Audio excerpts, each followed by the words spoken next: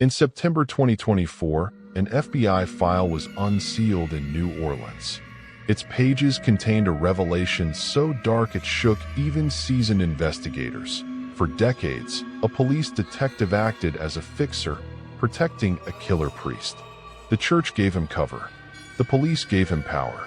And together, they buried the truth while families mourned in silence. It begins with a file, a thick manila folder, stamped with the bold black letters, FBI. For decades, this folder sat in a locked cabinet, its contents hidden from the public, its truths suffocated by secrecy. But when the seal was broken, when those pages were finally pried open, the first lines were enough to send a chill through anyone who read them. A priest, a man of God, a shepherd of the faithful in New Orleans, and a killer. The FBI file described how, in the 1970s and 1980s, a Catholic priest had been linked to a string of suspicious deaths and brutal assaults across the city. Victims young and old, parishioners who trusted him, neighbors who thought him kind, and outsiders who simply crossed his path at the wrong moment. What bound these cases together wasn't just the cruelty of the acts, it was the silence that followed. Each time, the investigation started strong. Detectives asked questions, witnesses whispered, families prayed for justice. And then, without warning, the case would collapse. Evidence vanished. Testimonies retracted. Reports rewritten. To the outside world, it looked like sloppy policing. Bad luck. A city too overwhelmed by crime to connect the dots. But inside the FBI file, the truth was clear. It wasn't bad luck. It was design. The priest had protection, and that protection came not from God, but from men in uniform. This is the story of betrayal.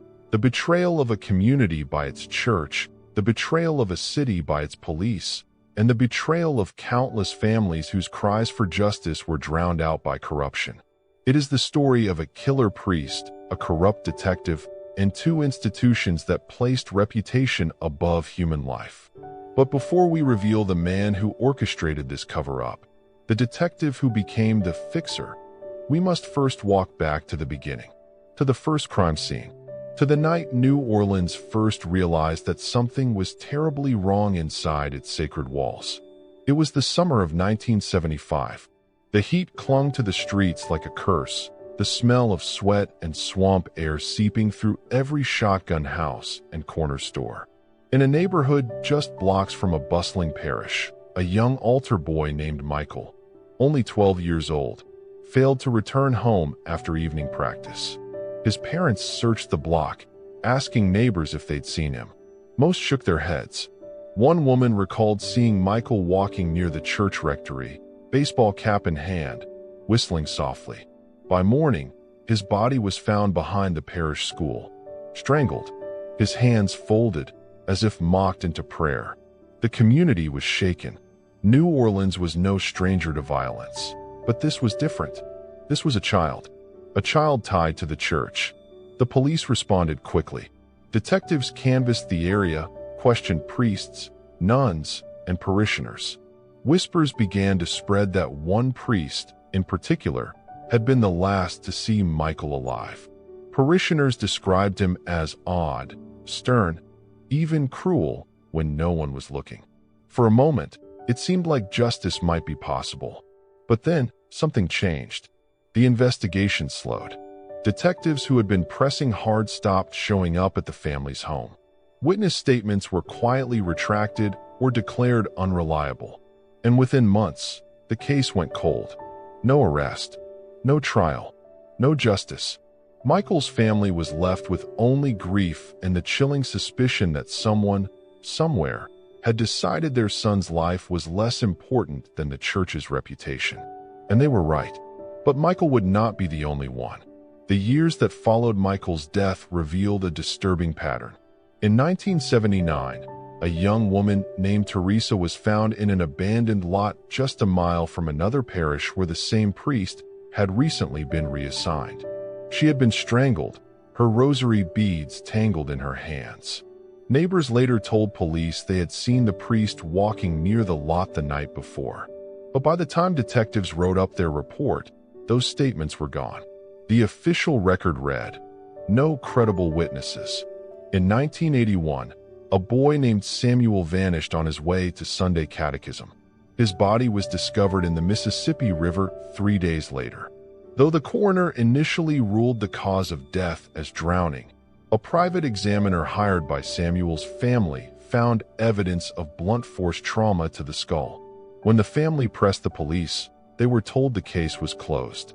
Accidental drowning, the file read. And again, that same priest's name surfaced, whispered, never written, always hovering just beyond the edge of accountability. Over and over, the pattern repeated. A victim tied to the parish, rumors linking the priest, initial police interest, and then nothing. It wasn't long before families began noticing the pattern themselves. Mothers would meet in church basements and whisper to one another, "Do you think it was him?" Fathers clenched their fists in frustration, muttering about the police who seemed so eager at first and then so quick to vanish. The parishioners who dared to question the church were met with resistance. Priests urged them to pray for healing. Bishops reminded them that gossip was a sin, and the police told them there was no evidence. But the evidence was there, it was simply being buried. By 1983, the priest had been moved 3 times, each reassignment following rumors, each transfer leaving behind a trail of grief. He became a ghost in plain sight, a man cloaked in the sanctity of the church, but followed by shadows wherever he went. The community should have been screaming, but the church carried enormous power in New Orleans. To accuse a priest was to risk exile, ridicule, even threats. For many, silence felt safer than truth. Yet silence did not stop the killing. And in the dark corners of police headquarters, one man was already taking note, not to seek justice, but to make sure justice never came. The whispers became harder to ignore. Parishioners confided in one another, sharing uneasy encounters with the priest. Some spoke of children who came home crying after confession. Others mentioned bruises that couldn't be explained. A few, braver than most, told police what they saw. One janitor at the parish school swore he had seen the priest sneaking out after dark, his cassock stained with something dark. He gave a statement to detectives. Weeks later, he was fired. A teenage girl told officers the priest had cornered her after Mass, his hands trembling with something other than holiness. She, too, gave a statement. Days later, her family received a call from an officer warning them to drop it if they valued their safety. Every time someone came forward, they were silenced. Every time the truth tried to claw its way to the surface, it was shoved back down. And slowly, fear settled over the parish like a suffocating fog. People knew something was wrong. They knew their priest was not who he claimed to be. But they also knew that speaking up meant consequences. Jobs lost, families harassed, reputations destroyed. For many, the choice was impossible: protect their children or protect themselves. But one thing became undeniable: the police were not neutral. They were not investigators fumbling in the dark. They were active participants in the silence. And though families did not yet know his name, the architect of that silence was already at work. By the mid-1980s, the killings slowed, but they did not stop. Whether the priest had grown cautious or whether the cover-up had grown stronger, no one knew. What everyone did know was that the cases remained unsolved. Michael's murder, Teresa's strangulation, Samuel's drowning, all filed away as cold cases. But in the quiet of the police department, the case files weren't abandoned. They were reassigned. They were placed on the desk of a detective whose reputation was unlike any other. Colleagues called him the cleaner. When cases threatened powerful people, when scandals loomed, he was the one who handled it. Some said he was efficient. Others said he was ruthless. But everyone knew that when he took over, the truth had a way of disappearing. The families didn't know it yet, but their hope for justice had just been handed to the man who would ensure it never came. The file was on his desk, and with the stroke of a pen, he wouldn't just bury the case. He would bury the truth for decades. But the case file was about to be assigned to a man with a very different mission. A mission not to solve crimes, but to bury them. And once he entered the story, the conspiracy would take its darkest turn. The early collapse of the priest cases might have been dismissed as coincidence. After all, in a city drowning in crime, cases went cold all the time. But the FBI file made clear that something darker was at play. Because each of those investigations didn't simply fade away, they were redirected. Redirected by a single man, Detective Raymond Ray Delacroix. Delacroix was no ordinary cop. He had joined the New Orleans Police Department in the late 1960s, a time when the city was already infamous for its political corruption, racial strife, and backroom deals. But Ray thrived in this environment. Colleagues described him as charismatic, sharp, and utterly fearless. He cultivated a reputation as the kind of detective who could make cases disappear, not solve them, but bury them so deep they never saw daylight again. And when the Archdiocese of New Orleans needed a problem solved, it was Delacroix they called. The FBI file revealed a pattern. Each time the priest's name surfaced in connection with a violent assault, Delacroix appeared soon after. Witnesses who had been ready to speak suddenly grew hesitant. Evidence tagged in police property rooms was suddenly misplaced. Families who had demanded answers stopped returning calls. And every single report filed under Delacroix's supervision painted a picture of confusion, doubt, and dead ends. He wasn't sloppy. He was deliberate. But why? Why would a police detective, sworn to protect and serve, dedicate himself to shielding a predator? The answer lay not only in Delacroix's thirst for power, but in the unholy alliance between two of New Orleans' most powerful institutions, the NOPD and the Catholic Church. The first clear sign of Delacroix's role came from a single phone call, recorded by a frustrated officer who suspected something was wrong. According to the FBI file, the officer had been working a case involving a teenage boy assaulted in a rectory. The evidence was strong. Medical records, eyewitness accounts, even a diary entry where the boy described the priest in detail.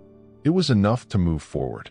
Then, late one night, the officer received a call from Detective Delacroix. His voice was calm, almost casual. "Close the case," Delacroix said. The officer hesitated. "But you've got nothing," Delacroix interrupted. "Do as I say." The officer refused. He filed his report anyway. The next morning, he arrived at the precinct to find his desk cleared. His notes were gone. The case file had vanished. Within a week, he was reassigned to traffic duty. A month later, he was off the force. The message was clear: resist Delacroix, and your career was over. The FBI file contained testimony from at least 4 former officers who told nearly identical stories. Each described how Delacroix used intimidation and his web of connections to crush investigations that came too close to the priest. Some officers left the force entirely. Others fell in line, choosing survival over integrity. But the question lingers: was Delacroix acting on his own, or was he just the middleman? And if he was the middleman, who was pulling his strings? The New Orleans Archdiocese has long been one of the city's most powerful institutions. Its influence stretched far beyond Sunday Massachusetts. It owned land, schools, hospitals, and carried the moral authority of the Catholic Church in a city where faith was woven into the very culture. The FBI file revealed that Delacroix wasn't just protecting a priest, he was protecting the Archdiocese itself. Internal memos detailed how church officials met privately with NOPD brass whenever a new accusation surfaced. Notes from one FBI informant recorded a chilling phrase used by a Monsignor: "We cannot allow scandal to tarnish the Lord's work." The solution, of course, was not to remove the predator from ministry, but to silence the victims and neutralize the police. Delacroix became the Archdiocese's enforcer. In exchange, he received envelopes of cash, political favors, and, most importantly, immunity. So long as he served the church, he was untouchable. Promotions came easily. complaints against him disappeared. Even as whispers about his corruption grew louder, nothing stuck. But Delacroix's methods went beyond threats and bribes. The FBI file documented one witness, a shopkeeper who saw the priest with a victim the night they disappeared. After Delacroix interviewed him, the man was found dead. The official report called it a robbery, but the man's widow told the FBI a single, chilling detail: nothing was stolen. The only thing out of place was a single NOPD business card, Raymond Delacroix's, left neatly on the counter. Delacroix didn't just protect the priest by omission. He actively rewrote the truth. One example from the FBI file detailed how Delacroix doctored an autopsy report. A young woman, a parish volunteer, had been found dead under suspicious circumstances after confiding to a friend that the priest had been harassing her. The medical examiner initially listed her death as undetermined. Delacroix pressured the examiner until the cause of death was changed to suicide. No investigation followed. The priest remained free. This wasn't incompetence. It was orchestration. And with each cover-up, Delacroix grew bolder. He wasn't just protecting the priest. He was controlling the narrative, ensuring that the official record would always favor the church. By the late 1980s, the killer priest had left a trail of devastation across New Orleans. Victims' families whispered of cover-ups. Journalists occasionally sniffed around the edges of the story, only to run into dead ends or threats. Inside the police department, younger officers were warned not to dig too deep into anything involving the Archdiocese. The wall of silence was complete, but cracks were beginning to show. A retired officer, bitter at how Delacroix had destroyed his career, reached out to the FBI. He provided names, dates, and internal memos that suggested an ongoing conspiracy between NOPD and the church. Though the FBI was initially cautious, wary of stepping on local law enforcement toes, they opened a quiet inquiry. They began collecting testimony, reviewing old case files, and piecing together the puzzle that had been hidden for decades. And what they found was staggering. The cover-up wasn't just one detective's corruption. It was systemic.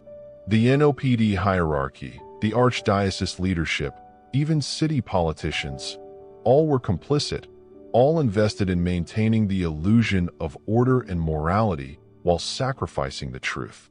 The FBI file, sealed until recently, reads less like an investigative report and more like an indictment of an entire system.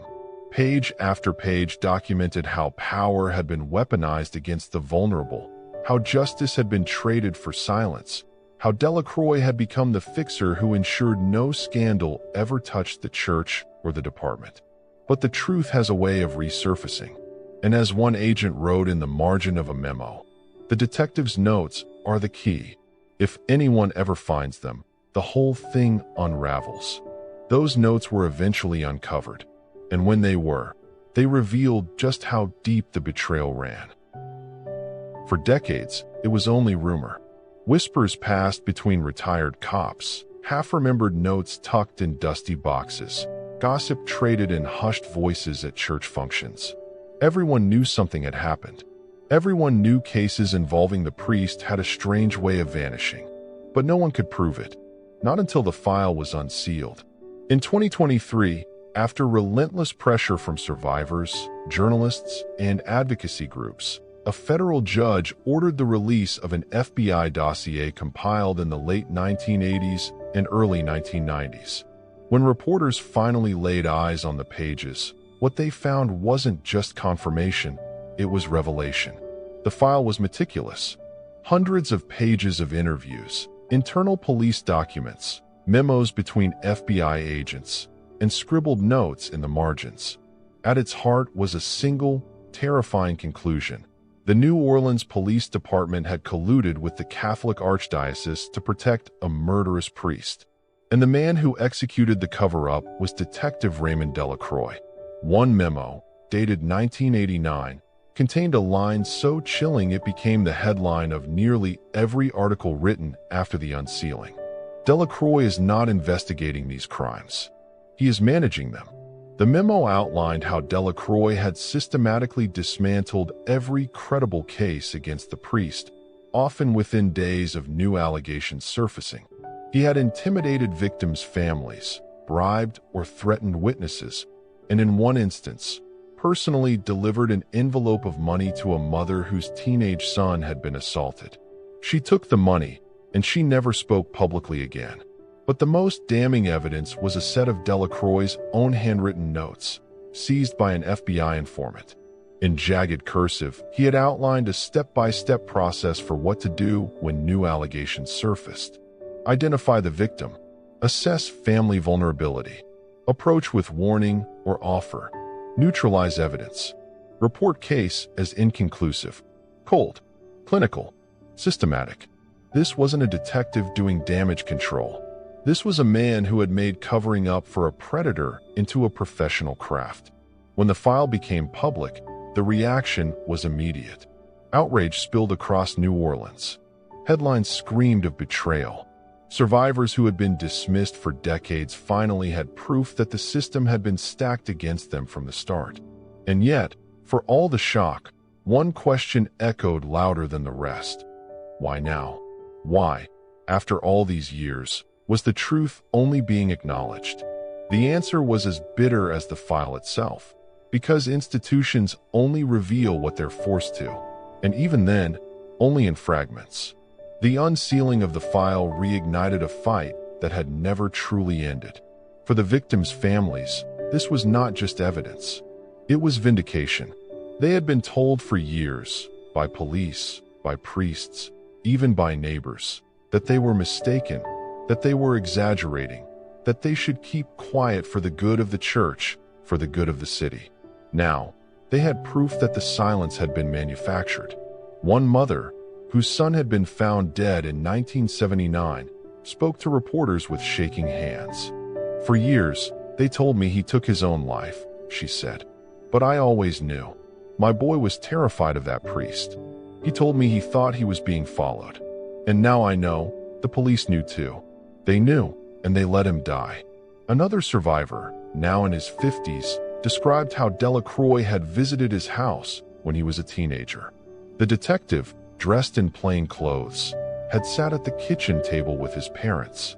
He told them I was confused, the man recalled.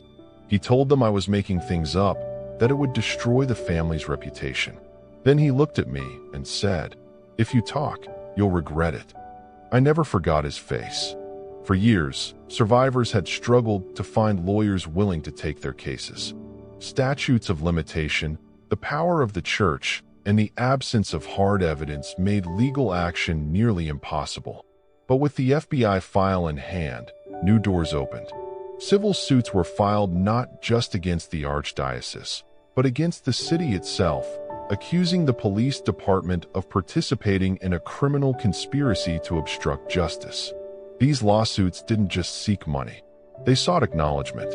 They sought, at long last, accountability. And yet, as the survivors pressed forward, they encountered the same wall that had stopped them before, a system designed to protect itself. If you thought the unsealing of the file would lead to swift justice, you'd be mistaken. The institutions exposed in those pages, the police, the Archdiocese, even local political figures, had decades of practice in avoiding consequences. And they went back to their old playbook.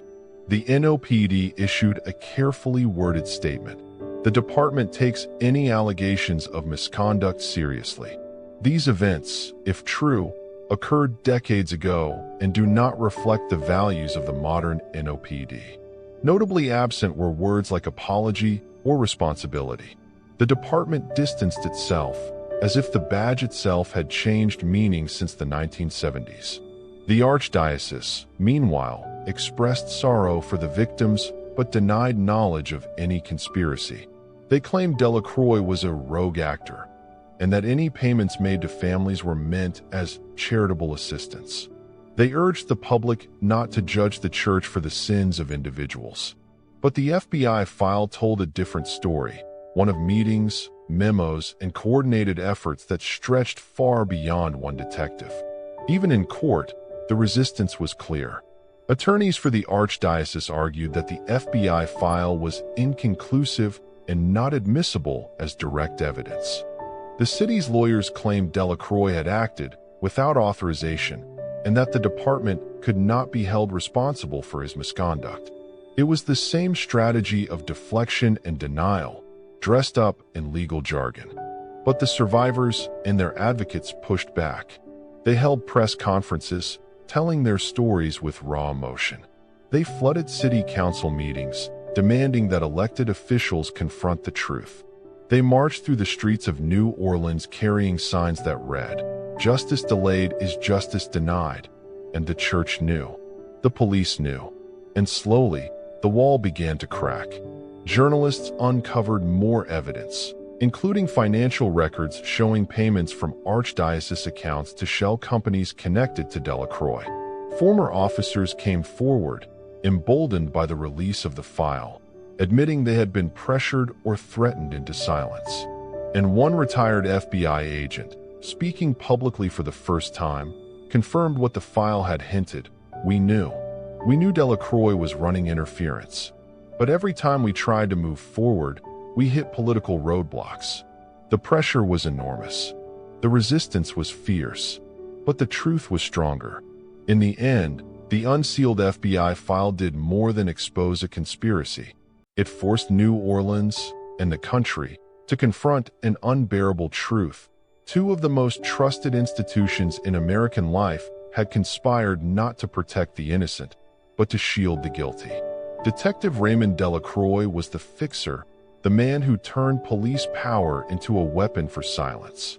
The killer priest was the predator, the catalyst for decades of suffering. But the true villain was larger than either man. It was the system itself, a system that valued reputation over justice, power over truth, and silence over accountability.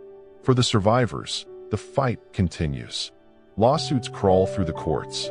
The Archdiocese faces bankruptcy from mounting claims. The NOPD, once again, promises reform. And yet, no one has gone to prison for the cover-up. Delacroix himself, long retired, lives quietly outside the city, never criminally charged, never held to account. The priest died years ago, buried with full honors.